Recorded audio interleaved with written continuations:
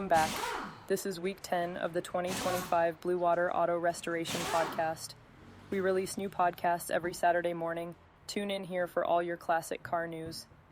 In this deep dive, we look at Mecum Barrett Jackson auctions. Visit our website, www.bluewaterautorestoration.com website.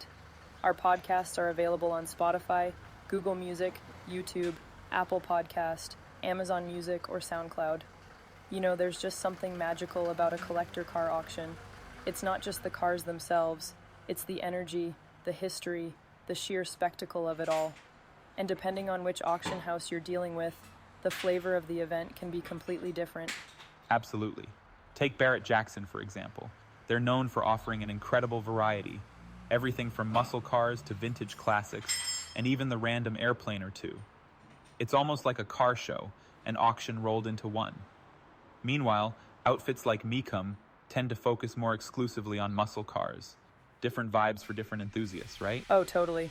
My first Barrett Jackson auction, I'll never forget it. It was in Scottsdale, and I found myself just gawking at this 69 Camaro. Fully restored, gleaming chrome, just perfect. But what really pulled me in was watching the bidders. Those bidders' assistants decked out in tuxedos, practically willing folks to raise their paddles. It was like watching a chess game, but with way louder stakes. That's a great way to put it. The assistants are pros at steering the room. I mean, their job isn't just to catch bids, but to coax every last dollar out of people. And from the auction house's perspective, it's good business. They're most likely earning a percentage of that final sale price, so higher bids benefit everybody involved. And it's not just buyers who need to be prepared. If you want to bid at one of these auctions, there's homework. Registration fees alone can set you back a couple $100 at the fancier events. You'll also need ID, proof of funds, and sometimes even proof of insurance. Right? And for sellers, it's just as intricate. Documentation is everything. Clear titles, restoration photos, service records. The goal is to prove your car's worth to potential buyers. It's the same concept whether you're restoring or selling. People need to see the story behind the car. Exactly. But bringing it back to buyers for a minute, we need to talk about the added costs. Most auction houses tack on a buyer's premium, basically an extra percentage on top of the final bid price. That can catch newcomers off guard. It's true. That premium can range from a small percentage to something pretty hefty, depending on the auction. It's critical to factor that into your budget, especially since auctions can be emotionally charged spaces. The adrenaline's real, and it's easy to get swept up if you're not careful. No kidding. Between the fees, the competition, and those assistants whispering, just one more bid, it's easy to overspend. But man, when it pays off, when you hear that gavel drop and the car you've been dreaming of is yours, that thrill of hearing the gavel drop is unbeatable. But like we talked about, it's easy to overspend if you're not careful. So let's dig into strategies for both buyers and sellers so you can navigate these auctions with smarts and hopefully without losing your shirt or your savings. Exactly. Sellers, for instance, need to invest some effort before the car even hits the auction block. Clear documentation is non-negotiable. Ownership titles, service records, and restoration photos, these aren't just nice to have. They're your best chance to prove the car's value and get top dollar. And let's not forget presentation. Like a car's condition when it rolls in has a huge influence on the bids. A little paint touch-up or detailing can go a long way, especially if you're dealing with, say, a muscle car or a classic convertible. People want to picture themselves driving it, and no one's dreaming about grease-stained seats. Totally. Oh, and there's the whole reserve price strategy. Sellers can set a minimum, but it's a double-edged sword. It gives you some protection, but might scare off bidders if they think the reserve's too high. And if the bidders know you've lifted it, that's when the real bidding fireworks can happen. All right, but buyers, let's flip this over to your side of the coin. First rule, have a plan. Know the car you want and how much you're willing to pay, including those sneaky added costs like buyer's premiums. It's all fun and games until your dream car puts you in the red. Exactly. Let emotions rule, and next thing you know, you're in a bidding war with someone you've never met, but whose wallet is just a little deeper. Speaking of, I've got a cautionary tale about this. A customer of mine once picked up a European Roadster at RM Auctions. Gorgeous car, but he didn't check the fine print or do any real prep work. Oh boy, I can already guess how this ends. Yeah, let's just say the restoration cost turned out to be astronomical. He had no idea about the hidden issues, like rust damage and incomplete work under the hood.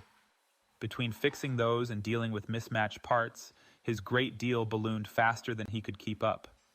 A textbook example of why you need to look below the surface, literally. Exactly. And auctions don't wait for you to figure it out. You don't get the luxury of a lift to check the undercarriage or a test drive around the block. Due diligence has to happen before you even think about picking up that paddle. Right? And honestly, don't let the adrenaline get to you. Stay grounded, stick to your budget, and always, always do your homework.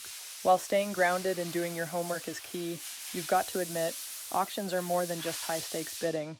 They're kind of like festivals in their own right, vendor expos, car club meetups, even those show and shine events. It's a whole community experience, and sometimes that's the part that really sticks with people. Yeah, definitely. I remember my first Mecum auction. I wasn't even there to bid. I just wanted to check it out. And man, there's this buzz in the air. You've got people walking around with parts catalogs, vendors showcasing everything from die-cast models to rare vintage signs. It's like a gearhead's dreamland. Oh, for sure. And what about those show and shine areas? I remember when we went to Mecum together a couple years back, we spent half the day just gawking at all these immaculate cars on display. And wasn't it at that same auction where we ran into that collector? What was his name? Roger, I think? Yeah, the guy with the insane collection of vintage muscle cars. That was such a cool conversation. He talked about how valuations for certain models have evolved over the years, especially with trends shifting toward more resto mods. Super insightful guy. Right. And he told us about that 70 Chevelle SS he restored back in the day. Sold it for peanuts because the market wasn't as strong. But now, that same car would go for 6 figures easy. It just shows how much you can learn at these events if you take the time to chat with the pros. Exactly. And I think that's what makes these auctions special. They're educational too. Whether it's about restoration techniques, market trends, or even just stories behind particular cars, it's like being in the ultimate classroom for car enthusiasts. And it's such a welcoming environment. I mean, sure, you've got your high rollers and professional brokers, but there's also regular folks just soaking it all in, swapping stories, and admiring the same cars we all drool over. It feels like everyone's there for the same reason, a love of everything on 4 wheels. Yeah, and even if you're not planning to bid, just walking through those pre-sale previews is worth it. The level of detail in some of these restorations is insane, and you'll see cars you probably wouldn't spot anywhere else.